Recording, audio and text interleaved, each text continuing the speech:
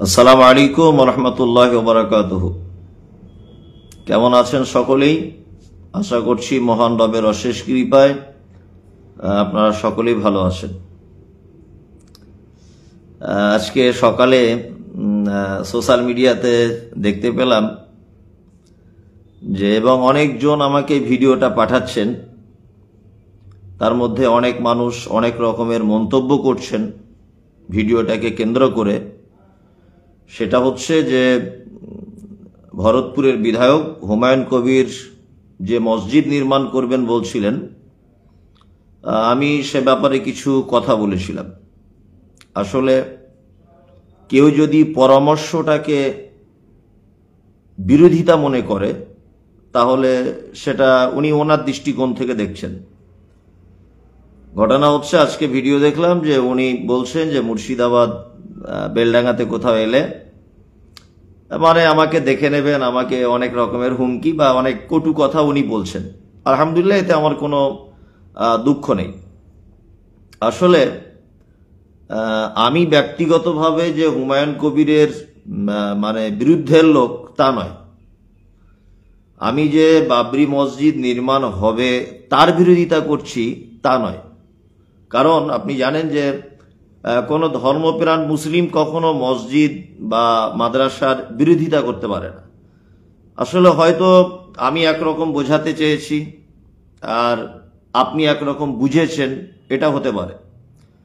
আমি বিরোধিতা বলতে আর বিপক্ষে কথা বলতে এটা বলেছি যে বর্তমান সারা ভারতবর্ষের যে পরিস্থিতি, সেই পরিস্থিতির দিকে লক্ষ্য রেখে আমার এই কথাটা ছিল।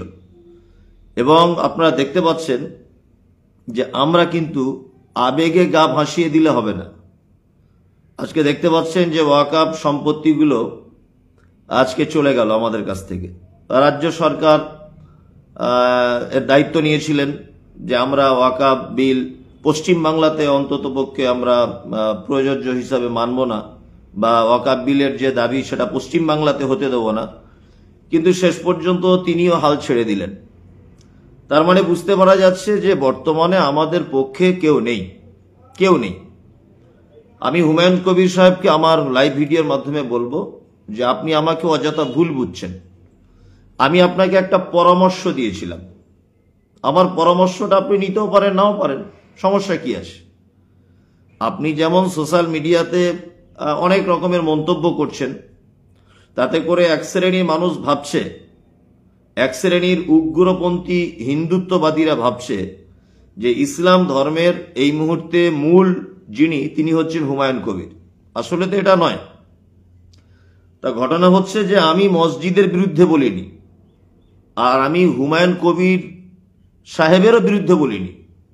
আমি যেটা বিরোধিতা করেছি সেটা হচ্ছে যে বর্তমান যে পরিস্থিতি, এই পরিস্থিতিতে যদি আবার সেই পুনরায় বাবরি মসজিদের কথা যদি আবার আনা হয়, তাহলে একটা বিশৃঙ্খলা, একটা অশান্তির জায়গা আসবে, তাতে করে অনেক মানুষ ক্ষতিগ্রস্ত হবে। গতকাল আমি দেখেছি যে উড়িষ্যাতে 3 থেকে 4 জন মুর্শিদাবাদের যুবক ছেলের মুখে লাথি মারা হচ্ছে, মুখে লাথি মারছে। তাদের একটাই দোষ যে তাদের বাড়ি মুর্শিদাবাদ। তাই আমি আজকে সকালে ফেসবুকে দেখলাম যে হুগলি জেলাতে একটা ফেরিওয়ালাকে মারছে কিছু উগ্রবাদী হিন্দুত্ববাদীরা, কারণ তার দোষ তার বাড়ি মুর্শিদাবাদে। ওই জন্য বলবো যে এইটাকে কেন্দ্র করে মুসলিম উম্মাহ যাতে বিপদে না পড়ে যায়, এইটা করতে গিয়ে যদি জাতির কোনো অসুবিধা হয়, ক্ষতি হয়, তাহলে আমি এই পরামর্শ দিয়েছিলাম।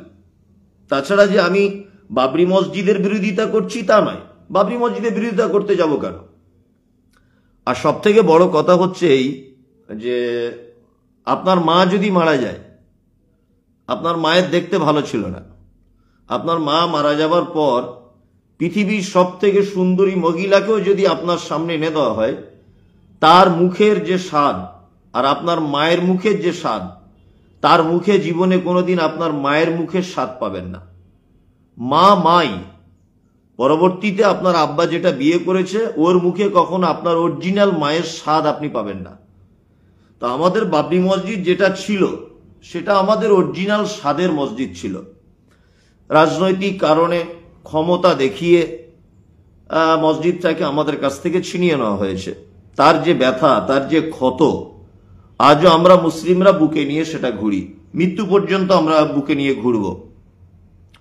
তা পুনরায় যদি আমরা সেই বাবরি মসজিদ নামকরণ করে মসজিদ করি, তাহলে হয়তো পুনরায় ঝামেলা সৃষ্টি হতে পারে।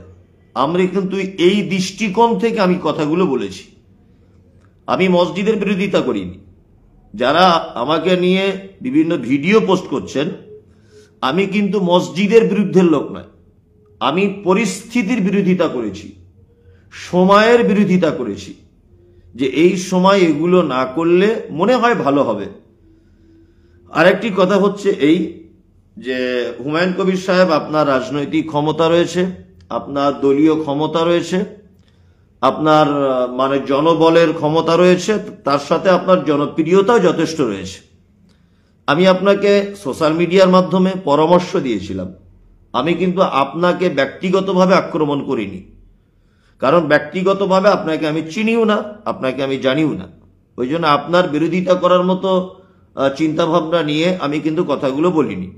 যাই হোক, আপনারা যে যেমন ভাবে নিচ্ছেন সেইভাবে নিতে পারেন, কোনো সমস্যা নেই।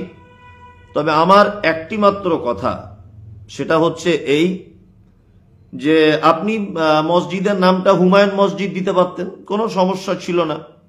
আপনি মসজিদটা আপনার আব্বা জানের নামে করতে পারতেন, সমস্যা ছিল না। কিন্তু আপনি এমন এক নাম চয়েস করেছেন যে নামটার কারণে একটা সাম্প্রদায়িক ঝামেলা ঝগড়া হবার সম্ভাবনা রয়েছে। তাতে করে অনেক মুর্শিদাবাদের গরিব মানুষ যারা পরিযায়ী শ্রমিকের কাজ করে, বিদেশে যারা কাজ করে, তারা বিপদে পড়তে পারে। আর তারা বিপদে পড়লে কিন্তু তাদের পাশে আর কেউ দাঁড়াবে না, কেউ দাঁড়াবে না। তাদের পরিবারগুলো কাঁদবে, তাদের স্ত্রীরা কাঁদবে, তাদের সন্তানেরা কাঁদবে। ওই জন্য আমরা পরিস্থিতির অনুকূলে কথাগুলো বলেছি।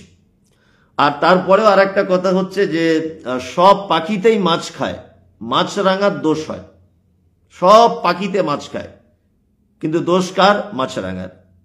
আমি মমতাজুল ইসলাম যে শুধু এই পরামর্শ দিয়েছিলাম তা নয়, তা নয়। অনেক মুসলিমরা এবং আলেম ওলামারাও, ওনারাও কিন্তু আমার এই কথা মতোই কথা কিন্তু বলেছেন।